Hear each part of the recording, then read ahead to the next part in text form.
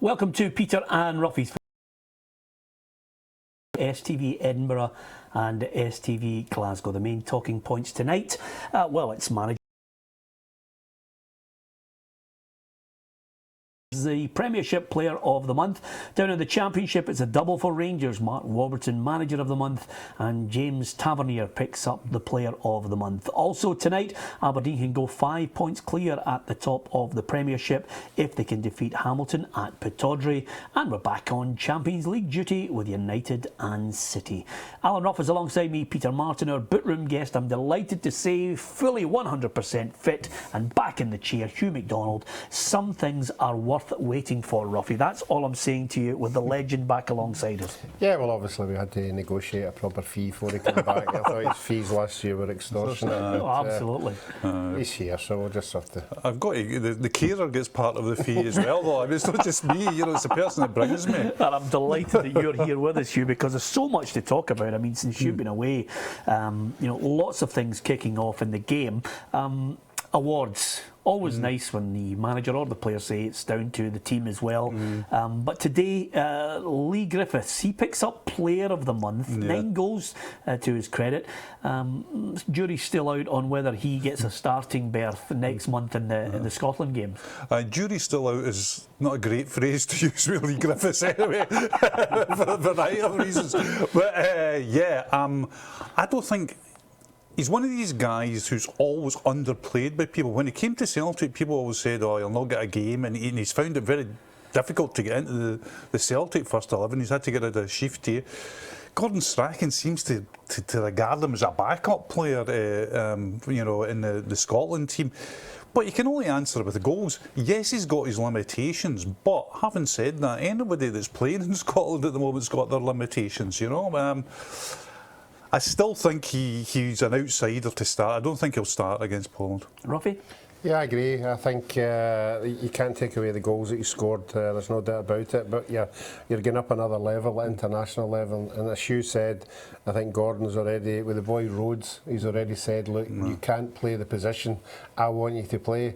I think Griffiths comes into that category as well. He might get away with it in the SPFL with Celtic, but when you go up into the national level, I think he would need somebody up alongside him. OK, give me his level at Europa League, because this is a big game for Celtic away to Ajax, and I think, if anything, you know, I don't want this programme to get caught in the hysteria of, you know, many a person has pointed out it's one defeat for Celtic against Aberdeen, and some people have Aberdeen running away with the league.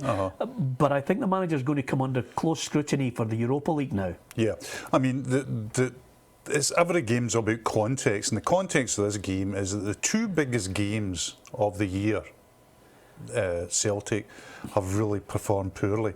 Malmo and Aberdeen, and they've lost. And they've been the games that everybody's focus has been upon.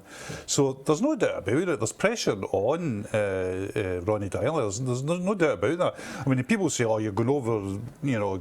I think you are going over the score when you're talking about, you know, Aberdeen running away with the league, etc. We all know that, although they can go 5 points clear tonight. But there's no exaggeration to say Deila is under great scrutiny on Thursday. I mean, I mean, glorious failure, okay, in Amsterdam, but if they take a Tonkin over there, that makes the game against Dundee on Sunday absolutely gargantuan proportions. Yeah, and that's why I love you on the programme, Hugh. Just, when have you heard Tonking unless you were in your first period of you know, playground at school, Ruffy? That's the last time I heard the word Tonking. Oh, I thought Gargantuan's good enough for me. Another thing that amused me, I was reading some of the headlines this morning. They might throw Jose Simonovic into the fray. Really? I think he's a stonewall certainty to get thrown in. Yeah, exactly. I mean, he's not exactly sort of beating up Ferdinand and Vidic to get into the team. I'm absolutely shocked that they didn't play him on Saturday. Absolutely. I mean, he's the biggest signing in terms of money. Marquee signing. The central defence has been poor. This idea of, oh, but he didn't know name. In England, Virgil van Dijk went straight in. Strolled it, they got nothing each straw. I think that was a big miss not having him playing against Aberdeen. But it wouldn't have done is you would have given him a game under his belt for the Ajax game coming up. So he would have got to know the players playing in that game against Aberdeen. Okay, it might not have worked, but at least it would have given him another game. And you weren't exactly going to be dropping, you know, people in form to get. I mean, it's not as you know, you're saying, "Oh, we've got this fantastic partnership," and you'll have to bide your time. You'll have to earn your way into the team. And the performance defensively of Celtic at Pittodrie was abysmal. Yeah. As far as the other awards handed out today, Manager of the Month, Mark Warburton, delighted obviously to pick up the award in the Championship, and quick to highlight that, you know, come January, they may well be strengthening their side once again. You have to look at what the other various options, you know, what might happen, the what if scenario is always very much in our thoughts, and making sure we have options 1, 2 and 3 behind that. So work's made or been had, and hopefully we'll be in the right position come January to make any move we want to make. Well, I think Rangers suddenly, most of the topics now that you're discussing with Rangers are on the field of play, which, and again, you know, it was a shoo-in. He was going to be Manager of the Month. That's 10 wins in a row. Yeah, I mean, he couldn't do any more. I mean, I think the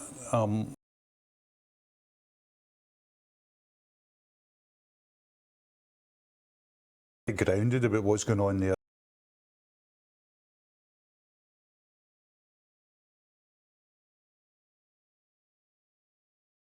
You know, where Rangers are at the moment. In that division, the Championship, they're just much, much better, fitter, well organised than any team they've come up against. But I think next week's game really will give us a gauge of what that progress has been. Yeah, well, the Player of the Month, James Tavernier, agrees with you 100%, Hugh. People have said that, you know, a great test against the Premier League side, and we're looking first and foremost on the Saturday game. That's the most important one, you know. Promoted in the league, and after Saturday we'll look on Tuesday, and that'll be a good test for the team. It may well be a good test. I think it's undue pressure on Rangers, you know, when suddenly you hear statements like, you know, they should be winning a cup. Aye. I think this season, if you learn from the mistakes of previous seasons, just and deliver the title and back to, you know, the place where they want to be. But you can see why it's happening. I mean, people are human. The fans there last season was a real trauma for Rangers fans last season, because they had expected just to go through the leagues and come up to the Premiership. Suddenly they're sitting in an area where they don't win automatic promotion, where they get well beaten in playoff matches. So now they're watching exciting football, fluent football. So you can see the case of, you know, optimism going through the roof, because they've had so much pessimism in the past. I mean, I think it's just a natural football reaction. They've also, as well, I think they've got a couple of young kids there on loan who are, you know, who've more than a chance, who've got more than a chance of doing something in the game. So I'm all for optimism. I'm all for let's go. But again, I say, you know, St Johnstone are a good enough team that will provide a valid, you know, examination for them. Yeah. Just a couple of other things I want to draw your attention to before, obviously, after the break, Ruffy, we talk about European football in the Champions League tonight, and of course Aberdeen as well as Jordan McMillan. Craig Sampson's finally got a club. He's joined Motherwell for a year. Good. Yeah, I'm happy for him. You know, it's amazing when you're a football player how everything could be going along fantastically well, and then all of a sudden he was in the Scotland squad and all that, and he was playing particularly well, and for whatever reason it just never happened for him. And when you're out of a club at his age, you want to get back in right away, and fortunately enough, a club has saw that he will be a worth to them. Yeah, and no surprise on this next one. No surprise that it's the 1st of October for the hearing for Robbie Nielsen for the alleged breach of the rules and the criticism of the referee in the game against Hamilton. I think we could all have put money on it that he was going up to Hampden. Yeah, I think so. I mean, there's a lot of talk every time I hear them trying to explain, you know, what he meant to say and what he It's turning into like legal minefield now, and it's what you say or what you didn't say or how you interpret it. But I think he knew exactly what he was saying. Yeah, okay. I think the minute he said it, while it was absolutely fantastic for all in the media, I just had that feeling there's a fine coming on the way. I'm not trying to preempt the case, but we shall see. Robbie Neilson there with an alleged breach. So, coming up after the break, Aberdeen, 5 points clear. The whole city could go mad. There could be T-shirts proclaiming the Dons on the way to the title if they can go 5 points clear with a win over Hamilton Accies. Hugh Macdonald and Alan Ruff will debate that. We'll also talk about Manchester United and Man City in the Champions League, as well as Jordan McMillan next.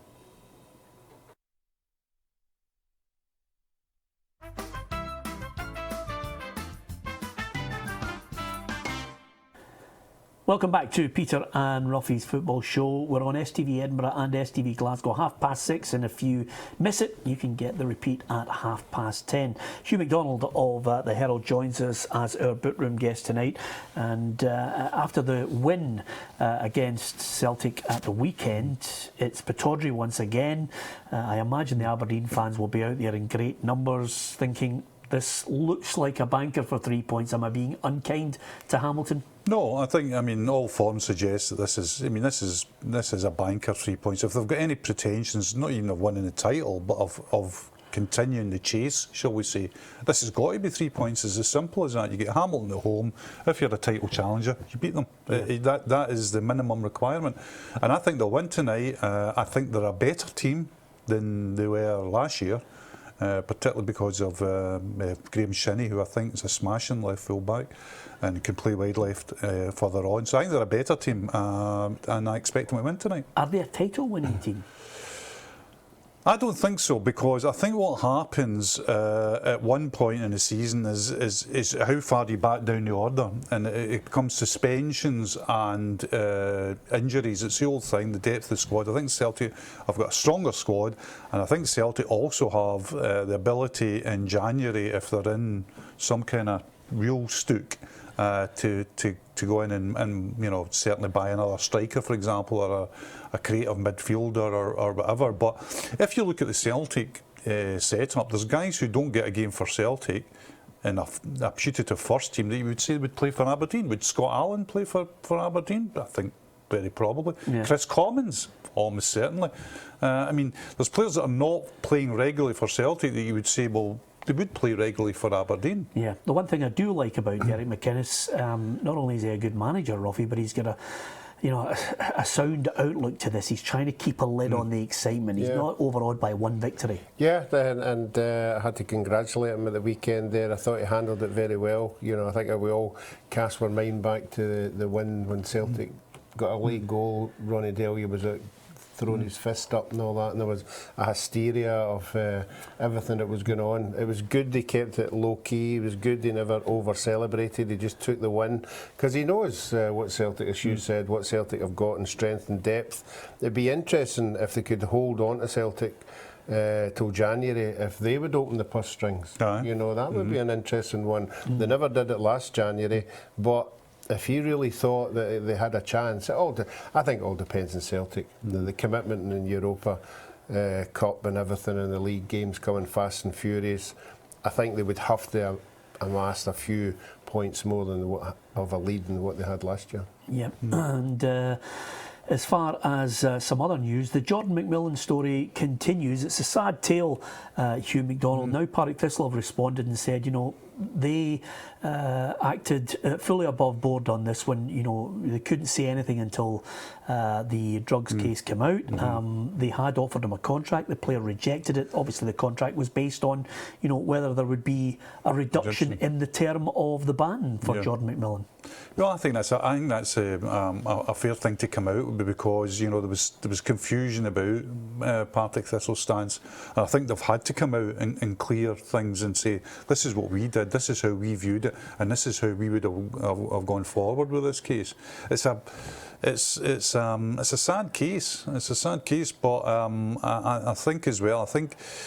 And we've talked about this in the industry quite a lot. I think there is a problem there.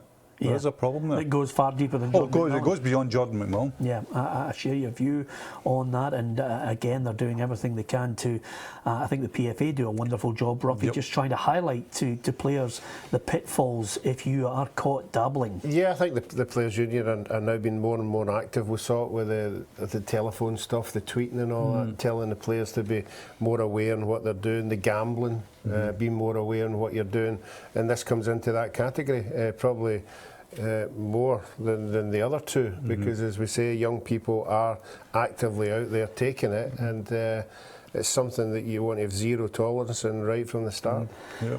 What's your view on Jackie McNamara's start to the season at Dundee United? Hugh, Callum Butcher has come out in the last 24 hours and said, it's time for the Dundee United fans to stop moaning and get behind the manager. Yeah, well, again, the perspective on it from somebody is not a Dundee United supporter is to look at it quite rationally and say, well, if you look at the team that Jackie McNamara had a year ago, and I'm not even just talking about Gary Armstrong or the rest of them, Guy Stevens, Shifty, Armstrong, the rest of them going, Ryan Gold going. I'm talking about others that have went as well. I mean, it's like a complete turnaround in a team, and managers are never judged in rationale, certainly by supporters, because they expect them to produce all the time. But I think the ins and outs of that team, the actual exodus from that team and the revamping on it has been hugely difficult, and I just look at it as well with Jackie McNamara. About a year ago, everybody thought he was a great manager, and everybody thought, there was even people talking about he's a potential Celtic manager if things go wrong with Dyla. Has he got really that bad within that year? Yeah. I don't think so. Well, there's been many a good manager, Ruffy, that basically has fallen foul of a knee-jerk chairman. Yeah, and that's when they'll be hoping he's got some kind of bond with that chairman. There's no doubt about that. You would hope that the board would take a step back and say, look, this is our fault, it's not Jackie's fault. We've taken his tools away from them and we haven't really replaced them. So this is when you need a bit of trust. You need something. But as you said in football, sometimes when boards or directors or people who own clubs get it personally themselves, they have that reaction. I hope they don't. I saw the highlights of the weekend there.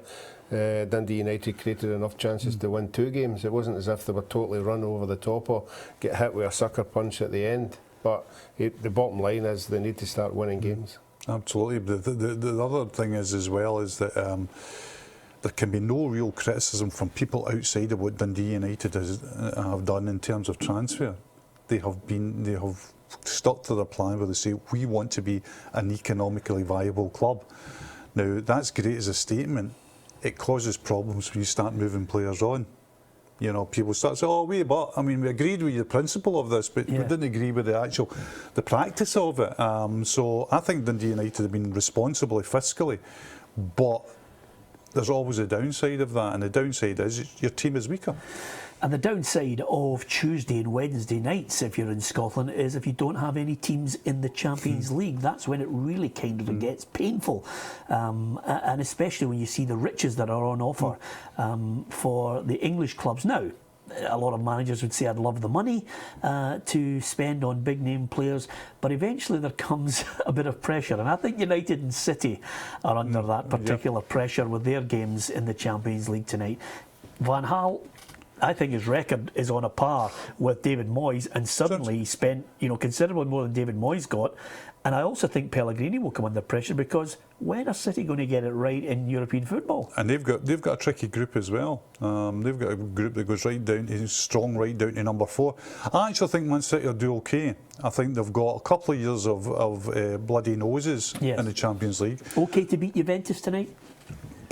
Be a game worth watching, but I think they might, because again I think Man City have become a stronger team in the year, and I think Juventus probably become a weaker team in the year. I mean, Juventus since the Champions League final have lost Vidal and they've lost Tevez up front. Pogba is probably waiting a year before he goes to Barcelona, so he's got a year in status. So they are a weaker team. I think Manchester City will do all right in Europe. I don't think any of the other English clubs will. Yeah, United away to PSV. Van Gaal, again, I think sometimes we're obsessed with foreign voices in dressing rooms. They seem to get a little bit more slack than some of the homebred managers, Ruffy. Yeah, but again, Man United have got a history in European football. They're teams who go into Europe like Chelsea and they just expect to win. And there still is a fear factor when you come up against a Man United or a Man City, and that's what they're preying on, that the name of the club, you know, can give them a head start, and they always seem to be able to do it. I still don't think it's a team that's going to win anything. I don't think either of the two of them will win the final. I still think Man United's defence is there to be got at. Aguero's not playing for Man City tomorrow night. It's amazing, you know, that with him out, you know, you look at other top class strikers, they seem to have let them all go. Yeah. Did I get your tip for the Champions League this season, Hugh? No, you didn't, but I wouldn't see far beyond the not the usual suspects. I mean, you know, the two Spanish giants and would be my two picks for it. I still think there's doubts about Guardiola and Bayern Munich. Okay. Did you pick one, Ruffy? Bayern. Did you? So I wonder when we'll get tired of just Bayern Munich and Barcelona and Real Madrid exchanging the European Cup to each other. Listen, great to get the comments of Hugh Macdonald. Always good to hear a wise man offer us his thoughts, and always good to hear Ruffy as well, because it's contractual. So from Alan Ruff and myself, Peter Martin, thanks to Hugh. Thanks for watching. Good night.